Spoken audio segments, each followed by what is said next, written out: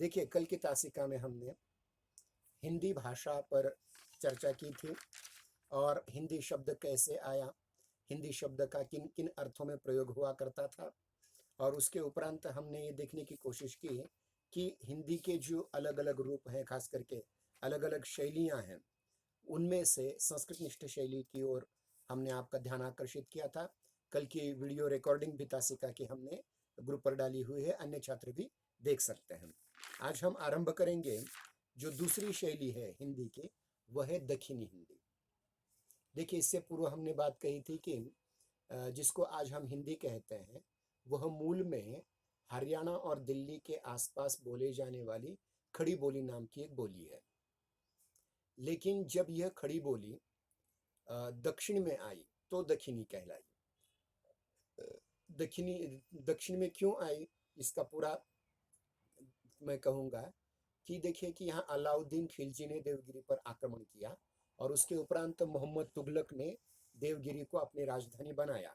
उस काल में उत्तर भारत के जो लोग दक्षिण में आए तो उन्होंने यहाँ जिस हिंदी का फैलाव किया, प्रचार किया, वो दक्षिणी हिंदी कहलाई। ठीक है, आरंभ करते हैं। दक्षिणी हिंदी जो हिंदी की दूसरी शैली है संस्कृत निष्ठ हिंदी के उपरांत। ऐतिहासिक दृष्टि से दक्षिणी हिंदी का जन्म सन 1307 के बाद दक्षिण के राज्यों में हुआ, इसलिए इसे दक्षिणी कहा जाता है। दक्षिण से दक्षिणी शब्द हुआ और दक्षिणी शब्द को ई प्रत्यय लगाने से, इक प्रत्यय लगाने से दक्षिणी शब्द निर्माण होता है। यह वह समय है जब महाराष्ट्र, आंध्र और कर्नाटक पर अलाउद्दीन खिलजी का शासन हो चुका था। उस समय ये प्रदेश दिल्ली के सूबों के रूप में, मराठी में जिसे सुबा कहते हैं और जिसके अधिकारी को सूबेदार कहते हैं, के रूप में जाने जाते थे। मतलब दिल्ली में जब अलाउद्दीन खिलजी की सत्ता थी, केंद्रीय सत्ता थी दिल्ली में, तो उस समय महाराष्ट्र में, आंध्र में और कर्नाटक, ये तीन उसके प्रांत या सूबों के रूप में जाने जाते थे। कहा जाता है कि 14वीं शती के पूर्वार्ध में दिल्ली के सुल्तानों ने हरियाणा और कुरु प्रदेश, मतलब दिल्ली के आसपास का एरिया, कुरु प्रदेश के लोगों को दक्षिण में देवगिरी या दौलताबाद या उसके आसपास जाकर के बसाया था। अलाउद्दीन खिलजी के अधिक दिन शासन न कर पाने से दक्षिण के बहामनी राज्य धीरे धीरे 5 राज्यों में स्थापित हुए। मतलब बहामनी साम्राज्य के 5 टुकड़े हो गए, जिनमें एक था गुलबर्गा, दूसरा बीजापुर, एक गुलबर्गा, दूसरा बीजापुर, तीसरा गोलकुंडा, चौथा बिदर और पांचवा बरार। गुलबर्गा, फिर से कहता हूं, एक है गुलबर्गा, दूसरा बीजापुर, तीसरा गोलकुंडा, चौथा बिदर और पांचवा बरार। तो जो विजयनगर साम्राज्य के टूटने के बाद जो बहामनी ने, मोहम्मद शाह बहामनी ने बहामनी साम्राज्य की स्थापना की थी, उसके 5 टुकड़े हुए। कर्नाटक में गुलबर्गा और बीजापुर, आंध्र में गोलकुंडा, कर्नाटक में बिदर और विदर्भ में बरार या वराड़। इन्हीं राज्यों में दक्षिणी हिंदी विकसित होती गई। इसी दक्षिणी हिंदी को हिंदवी भी कहते हैं, दक्कनी भी कहते हैं, देहलवी भी कहते हैं, गुजरी भी कहते हैं, ज़बान हिंदुस्तान भी कहते हैं, दक्षिणी हिंदी भी कहते हैं, दक्षिणी उर्दू भी कहते हैं, क़दीम उर्दू भी कहते हैं। उच्चारण पर ध्यान दें, कदीम नहीं, क़दीम, क़दीम उर्दू भी कहते हैं, मुसलमानी भी कहते हैं, दक्षिणी हिंदुस्तानी भी कहते हैं। मतलब इसके अलग अनेक नाम है। कौन कौन से नाम है? दक्षिणी हिंदी, हिंदवी, दक्कनी, देहलवी, गुजरी, ज़बान हिंदुस्तान, दक्षिणी हिंदी, दक्षिणी उर्दू, क़दीम उर्दू, मुसलमानी, दक्षिणी हिंदुस्तानी, ऐसे 11 नाम हैं अलग अलग। मूलतः दक्षिणी हिंदी हिंदी की ही एक शैली है, एक रूप है। इसका मूल आधार दिल्ली के आसपास के प्रचलित 14वीं 15वीं शताब्दी में जो खड़ी बोली थी, वह इसका मूल आधार है। मुसलमानों ने भारत में आने पर इस बोली को अपनाया। मुसलमानों की अपनी अरबी फारसी भाषाएं थी, लेकिन उन्होंने यहाँ के हिंदू लोगों से, उत्तर भारत के हिंदू लोगों से संपर्क करने के लिए हिंदी की एक बोली, खड़ी बोली को अपनाया, जो दिल्ली, हरियाणा, पंजाब के छोटे मोटे इलाकों में चलती थी। अमीर खुसरो, मसूद इब्न साद और फकीरुद्दीन शकरगंजी आदि लोगों ने इसी भाषा में कविताएं लिखी हैं, जिसको आज हम दक्षिणी कहते हैं। वो मूल रूप में खड़ी बोली है। 15वीं 16वीं शताब्दी में यह भाषा, मतलब दक्षिणी भाषा, फौज, फकीरों और दरवेशों के साथ दक्षिण में आई। वही खड़ी बोली जो अब तक दिल्ली, मेरठ, हरियाणा के आसपास बोले जाने वाली थी, वह बाद में धीरे धीरे दक्षिण में आई और दक्षिणी कहलाई। वहां यह उत्तर भारत के हिंदुओं तथा मुसलमानों में प्रचलित होती गई। दक्षिणी हिंदी का जन्म उत्तर भारत में प्रचलित शौर सेनी अपभ्रंश से माना जाता है। मतलब दक्षिणी कहाँ से निर्माण हुई? खड़ी बोली से। खड़ी बोली कहाँ से निर्माण हुई? शौर सेनी अपभ्रंश से। और उसका विकास दक्षिण भारत में हुआ, लेकिन इसका विकास ज्यादा दक्षिण भारत में हुआ। पंजाब के आसपास तथा मेरठ क्षेत्र में इसका प्रचलन था। प्रसिद्ध भाषा वैज्ञानिक जॉर्ज अब्राहम ग्रियर्सन ने इसे हिंदुस्तानी का बिगड़ा हुआ रूप न मानकर उत्तर भारत की साहित्यिक हिंदुस्तानी को दक्षिणी का बिगड़ा हुआ रूप माना है। वो कैसे, हम आगे देखेंगे।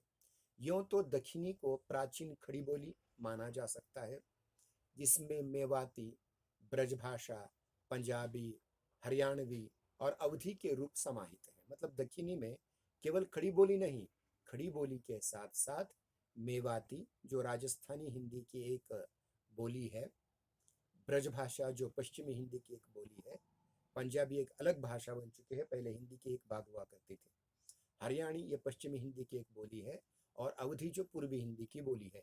इन सभी बोलियों का एकत्रीकरण दक्षिणी हिंदी के रूप में माना जाता है।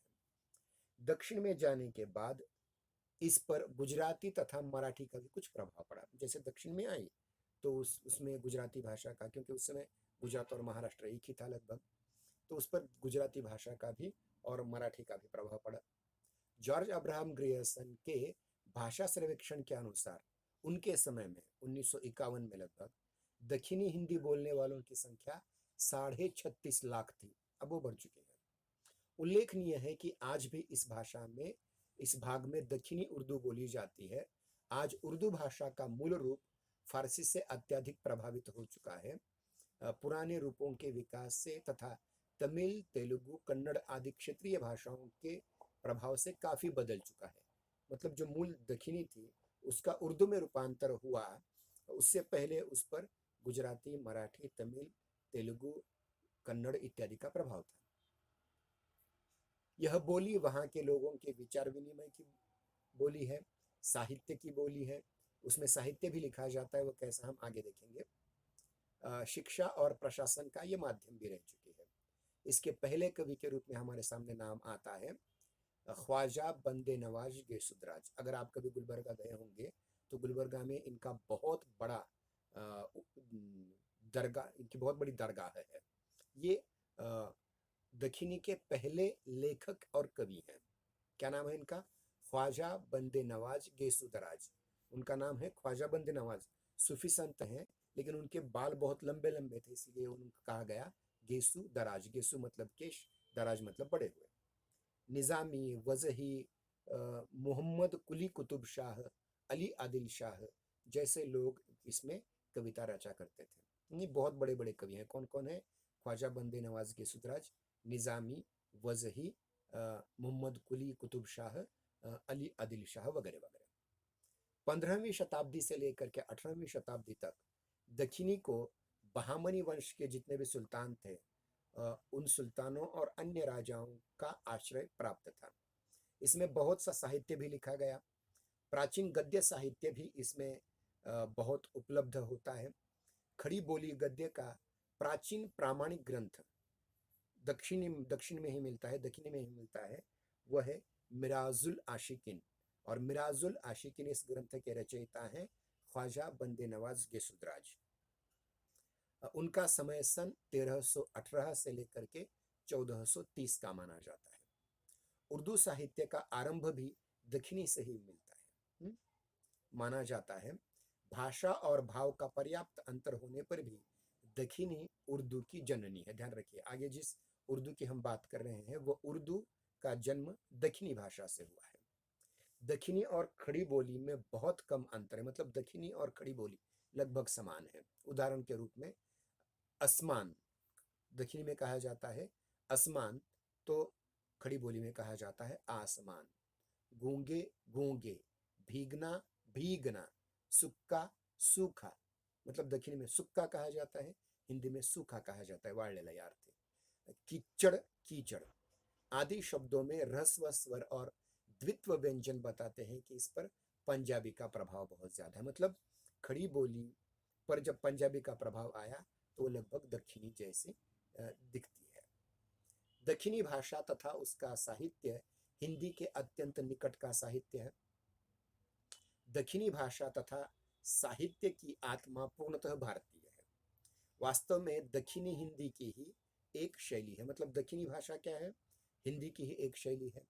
कुछ लोग दक्षिणी को रेखता भी कहते हैं, परंतु रेखता वस्तुतः काव्य का एक विशेष प्रकार की शैली है, काव्य की शैली है, वो भाषा की शैली नहीं। दक्षिणी उससे पूर्णतः भिन्न है।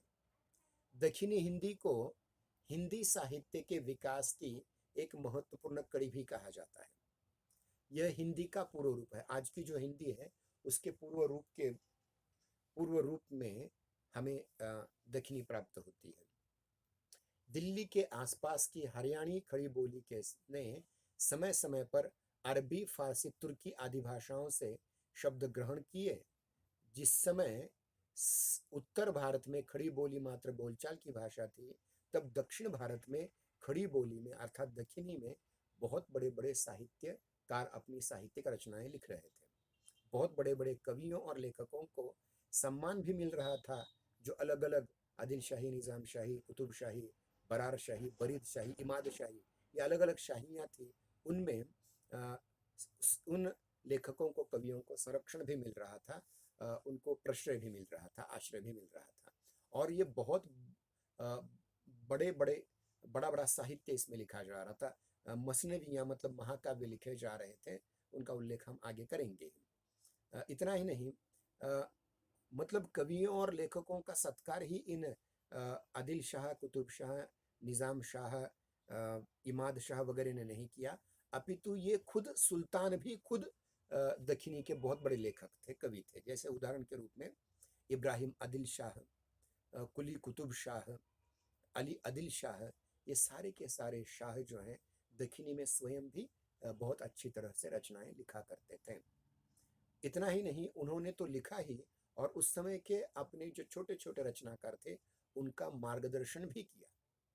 मतलब देखिए कि उत्तर भारत में जब खड़ी बोली केवल बोलचाल की भाषा थी, तो दक्षिण में दक्षिणी के नाम पर उसी खड़ी बोली में बहुत बड़ा साहित्य लिखा जा रहा था। अब ध्यान रखिए कि अलाउद्दीन खिलजी के आक्रमण के बाद से और उसके उपरांत अगर देखा जाए, मोहम्मद तुगलक के शासनकाल में जब राजधानी दिल्ली से देवगिरी, जिसको उसने दौलताबाद कहा, वहां ले आया, तो अनेक राजदरबारी, अनेक नागरिक, अनेक सैनिक, अनेक कर्मचारी, अनेक व्यापारी, अनेक सूफी संत और अनेक फकीर दरवेश अपने अपने परिवारों के साथ दौलताबाद आ गए, यहाँ रहने लग गए।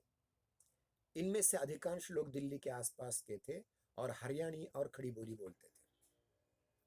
वे जिस क्षेत्र में आकर के रुके थे वहाँ की भाषा अत्यंत कठिन थी उनके लिए, यहाँ की मराठी वगैरह भाषाएं, क्योंकि उस समय मराठी में बहुत बड़ा बड़ा साहित्य लिखा जा रहा था, संत साहित्य लिखा जा रहा था, संत ज्ञानेश्वर से लेकर के एकनाथ तक का।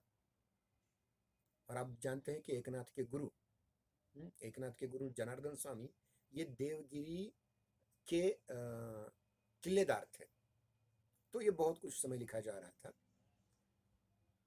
फारसी और अरबी का ज्ञान इनमें से अधिक लोगों को नहीं था। मतलब दक्षिण के लोगों को, और दक्षिण से जो उत्तर से जो दक्षिण भारत में लोग आए, उनको अरबी फारसी नहीं आती थी। तो उन्होंने क्या किया कि इन लोगों की ग्रामीण बोली जैसे जाटू, बांगरू या जिसको हरियाणवी कहा जाता है, उसको अपना माध्यम बना दिया और उसी में अपनी साहित्यिक रचनाएं की। इसमें से जो पहले जो कुछ कवि हैं, इनमें से एक सनाती नाम के कवि हैं। सनाती लिखते हैं, जिसे फारसी का न कुछ ज्ञान है, ज़बां दकीनी उसको आसान है। फिर से कह रहा हूँ मैं, जिसे फारसी का न कुछ ज्ञान है, ज़बां दकीनी उसको आसान है। दक्षिणी हिंदी का अस्तित्व लगभग 400 वर्षों तक बना रहा। आजकल इसे लोग कदीम उर्दू इसीलिए कहते हैं कि ये प्राचीन उर्दू है, उर्दू की माँ है, इसलिए कदीम का अर्थ होता है वृद्ध। दक्षिणी हिंदी के लेखकों में ख्वाजा बंदे नवाज गेसुदराज,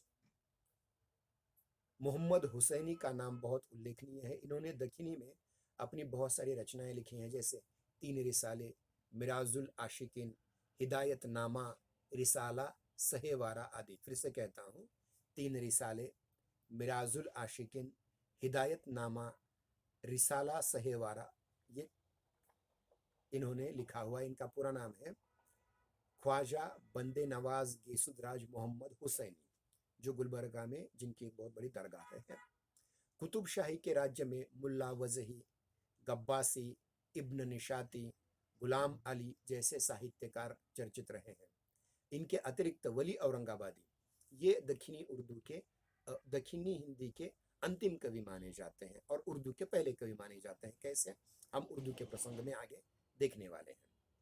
ये जो 18वीं शताब्दी में वली औरंगाबादी रहे, वो दक्षिणी हिंदी के अंतिम चर्चित कवि थे। दक्षिणी हिंदी की लोकप्रियता गद्य और पद्य रचनाओं में प्रयुक्त भाषा में ब्रज भाषा, खड़ी बोली, अवधी बांगरू की उसमें बहुलता है। अरबी फारसी का हल्का सा पुट भी उसमें दिखाई देता है। अब हम दक्षिणी हिंदी के कुछ साहित्यिक उदाहरण आपके सम्मुख प्रस्तुत करने का प्रयास करेंगे। कुछ उदाहरण देखें। पंखा होकर मैं डुली, साथी मेरा चाव, मुझ जलती जन्म की, तेरे लेखन बाव। फिर से पढ़ रहा हूं। पंखा होकर मैं डुली, साथी मेरा तेरा चाव, मुझ जलती जन्म की, तेरे लेखन बाव। ये सबरस नाम के में मुल्ला वजीह ने लिखा हुआ है। अब इसमें देखिए, साथी, हिंदी में इसे साथी कहा जाता है, लेकिन थ की जगह त साथी कर दिया, मुझ की जगह मुझ कर दिया। इस प्रकार से थोड़ा सा फर्क खड़ी बोली और दक्षिणी भाषा में जरूर है। मुल्ला वजीह का एक उदाहरण हमने देखा। अब इसके बाद हम मुल्ला वजीह का ही गद्य का एक उदाहरण देखेंगे। अपने हेंडा अपय खाना, अपना लहू अपय पीना, तो दुनिया में भला आदमी होकर जीना, बुरे आदमी बहा फुसला भला जानते, दगा दे जानते। पूरी तरह से खड़ी बोली हिंदी है। फिर से पढ़ता हूँ। अपने हेंडा, हेंडा का अर्थ यहाँ के मांस होता है। अपने हेंडा अपय खाना, अपना लहू अपय पीना, तो दुनिया में भला आदमी होकर जीना, बुरे आदमी बहा फुसला जानते, भला जानते, दगा दे जानते। अब हेंडा शब्द दक्षिणी में मांस के अर्थ में प्रयुक्त होता है। मतलब अपना मांस खुद खाओ, दूसरों को क्यों त्रासते रहो। अपना लहू पीना है तो अपना लहू पियो ना, दूसरों का लहू क्यों पीते हो। इस प्रकार से भले आदमी और बुरे आदमी का फर्क इसमें बताया गया है। अमीर खुसरो ने फारती गोश्त का यही पर्याय बताया है, गोश्त हेंडा चर्म चमड़ा खालिक बारी, जिसका उल्लेख हमने कल की तासिका में किया हुआ था। स्पष्ट है कि दक्षिणी हिंदी दिल्ली, मेरठ, आगरा, मथुरा की ही हिंदी है, जो फारसी लिपि में प्रस्तुत की गई है। लिपि इसकी फारसी जरूर थी, उल्टी लिखी जाती थी, दाहिने से बाईं ओर। देवनागरी लिपि में नहीं लिखी जाती थी, किंतु फारसी लिपि में लिखी गई यह दिल्ली, मेरठ, आगरा, मथुरा के आसपास की ही खड़ी बोली हिंदी है, जिसे फारसी लिपि में प्रस्तुत किया हुआ रूपांतरण मात्र है। भाषा और साहित्य के अधिकांश इतिहासकार वली औरंगाबादी को दक्षिणी का अंतिम कवि और उर्दू का प्रथम कवि मानते हैं, और इन दोनों के बीच, मतलब दक्षिणी भाषा और उर्दू भाषा, इन दोनों के बीच की जो भाषा की शैली और काव्य की शैली है, उसको रेखता कहा जाता है। एक बात और कहना चाहूँगा कि भले ही दक्षिणी हिंदी में अब बड़े बड़े मसनवी या महाकाव्य नहीं लिखे जाते, लेकिन कुछ छोटी छोटी कविताएं जरूर लिखी जाती हैं। जैसे पापड़ एदलाबादी जैसे यहाँ लेखक हैं। अगर आप उस्मानाबाद में जो सूफी संत की दरगाह है यहाँ, उस दरगाह में जो हर वर्ष एक जलसा होता है, उस जलसे में दक्षिणी उर्दू के, दक्षिणी हिंदी के अलग अलग कवियों के अलग अलग मुशायरे भी होते हैं। उसमें बहुत सारे लोग भी शामिल होते हैं। उनकी इस पापड़ एदलाबादी की मैं एक कविता आपके सामने रखता हूँ, आजकल की दक्षिणी कैसे देखिए। मैं आगे आगे जा रही थी, वो भी मेरे पीछे पीछे आ रहा था। मैं आगे आगे जा रही थी, वो मेरे पीछे पीछे आ रहा था। मैं बस में चढ़ गई तो वो बस में भी चढ़ा। मैं बस में चढ़ी तो वो बस में भी चढ़ा। मैं चुपचाप वहाँ बैठी रही और उसको थोड़ा देखा तो बहुत ही स्मार्ट था।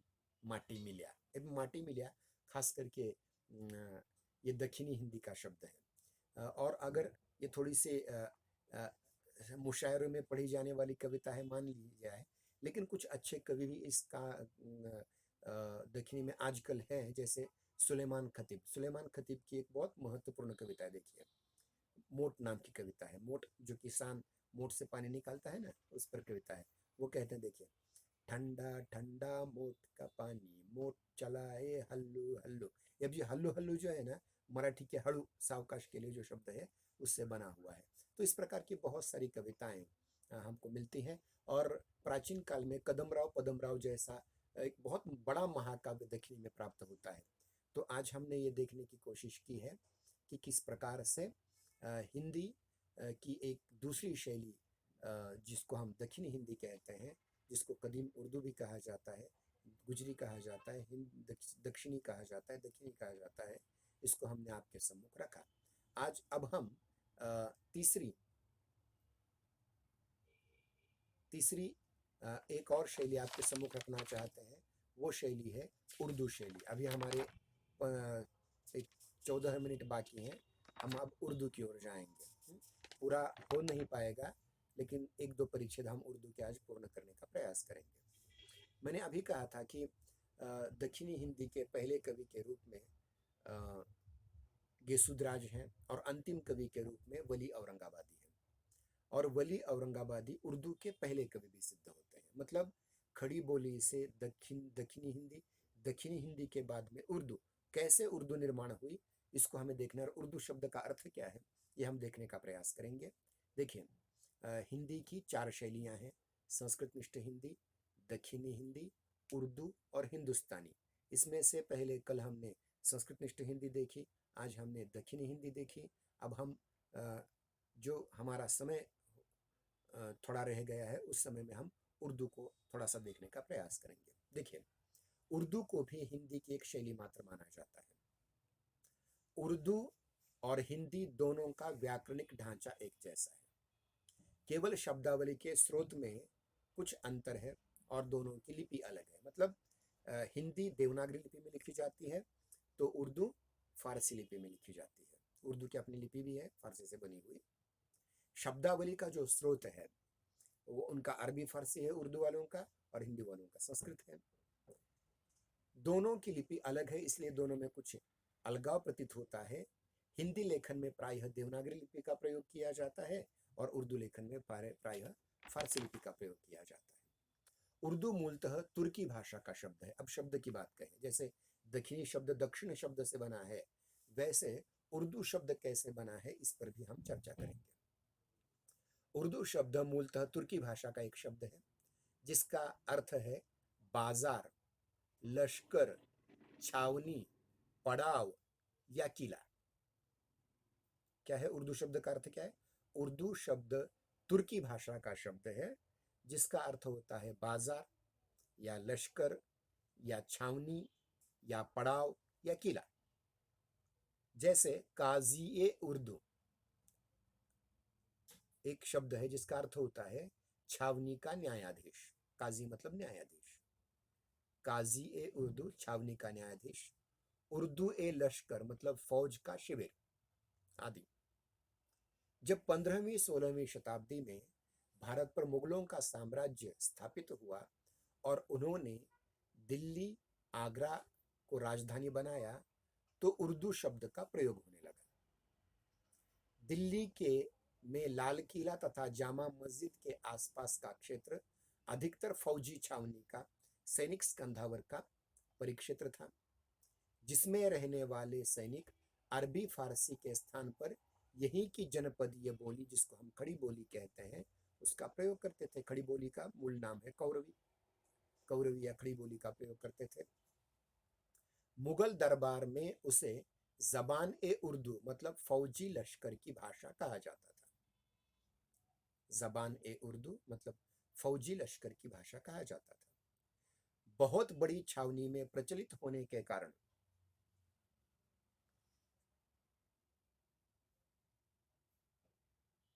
प्रचलित भाषा को क्या कहा जाता था?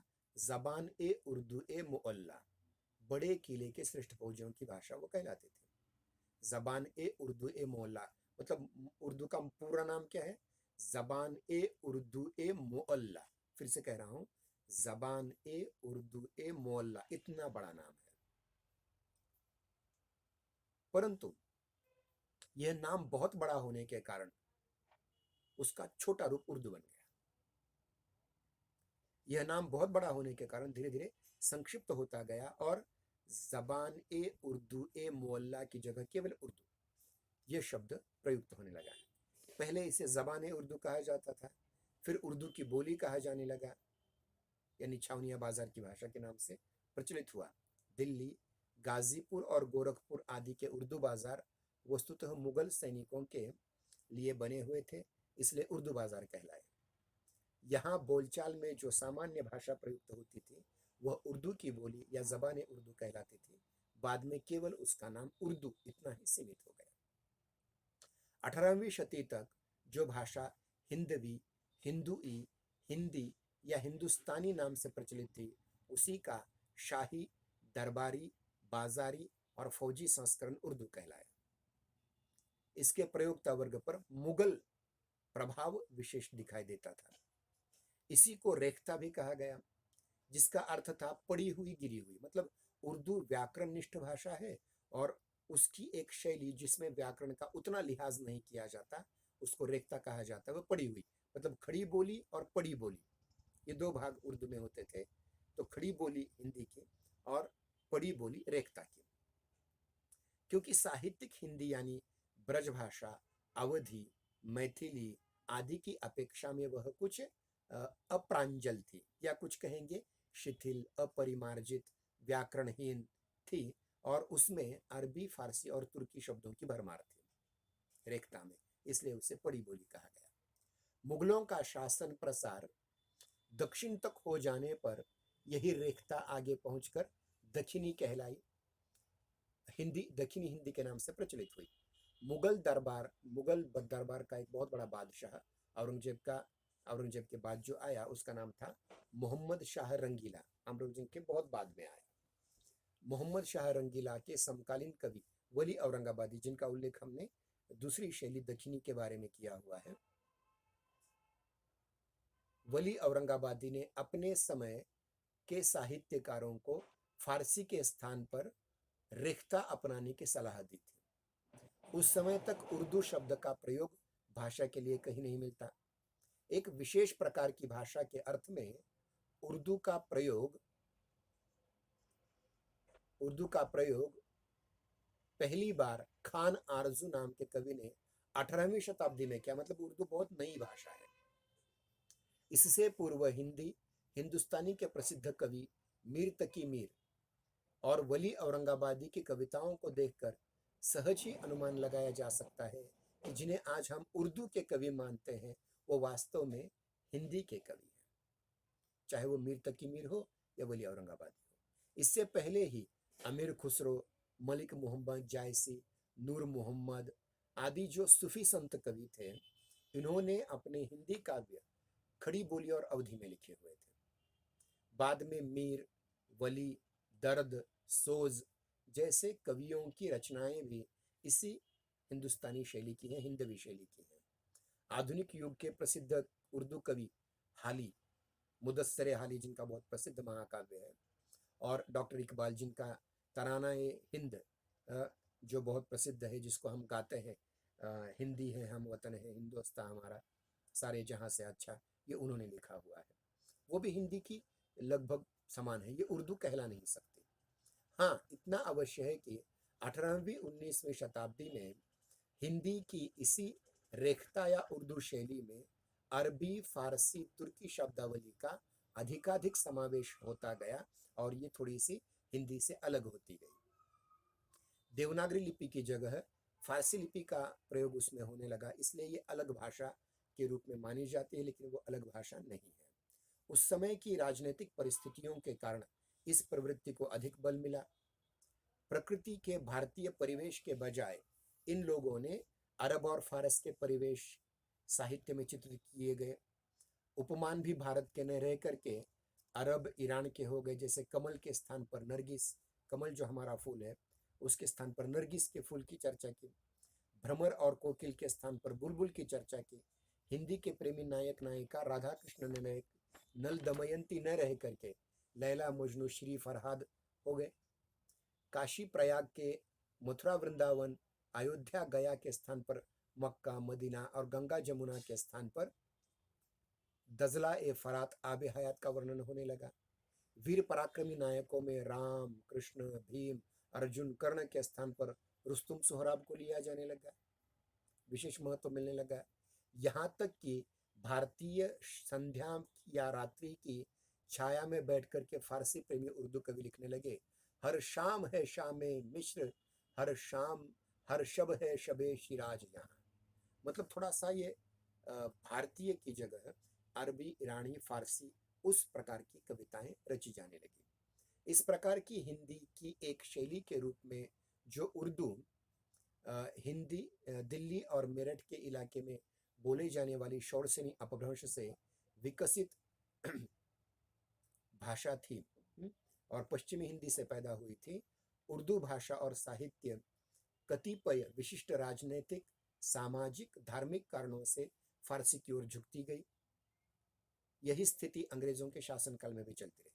सन 1800 में कलकत्ता में स्थापित फोर्ट विलियम कॉलेज के तत्कालीन प्रिंसिपल जॉन गिलक्रिस्ट ने हिंदी और उर्दू के बीच की खाई को और चौड़ा किया, क्योंकि अंग्रेजों का शगल ही था कि हिंदू मुसलमानों को एकत्र आने मत दो, इसलिए उन्होंने हिंदी उर्दू में भी भेद करने की कोशिश की, हालांकि उर्दू हिंदी ही है।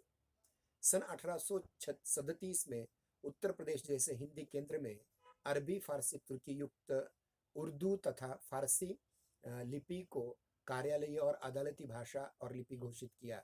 परिणाम स्वरूप अरबी फारसी बहुल उर्दू हिंदी से पर्याप्त भिन्न होती गई। स्वाधीनता संग्राम के आंदोलन के दौरान इस स्थिति में अंतर आया और हिंदी उर्दू की एकता की बातें होने लग गई, ये दूरी कम होती गई। दिल्ली लखनऊ और हैदराबाद उर्दू के विशिष्ट भाषाई केंद्र बन गए। आज़ादी के बाद पाकिस्तान अलग देश बन गया और उनकी राष्ट्रभाषा अलग से उर्दू बन गई। इस वजह से तनाव हिंदी और उर्दू में थोड़ा बहुत पैदा ज़रूर हुआ, लेकिन भारतवर्ष में उर्दू को एक हिंदी की शैली के रूप में आज भी मान्यता दी गई है, एक भाषा के रूप में मान्यता दी गई है। केवल मान्यता दी नहीं गई है, इसके लिए साहित्यिक भाषा के रूप में भी इसे अनुदान दिया जाता है। उर्दू के प्रसिद्ध शायर और आधुनिक कवि जिगर मुरादाबादी की कुछ पंक्तियों को उर्दू कौन मानेगा, ये हिंदी ही है लगभग। कली कोई जहां पर खिल रही है वहीं एक फूल भी मुरझा रहा है। फिर से पढ़ता हूँ, कली कोई जहां पर खिल रही है वहीं एक फूल भी मुरझा रहा है।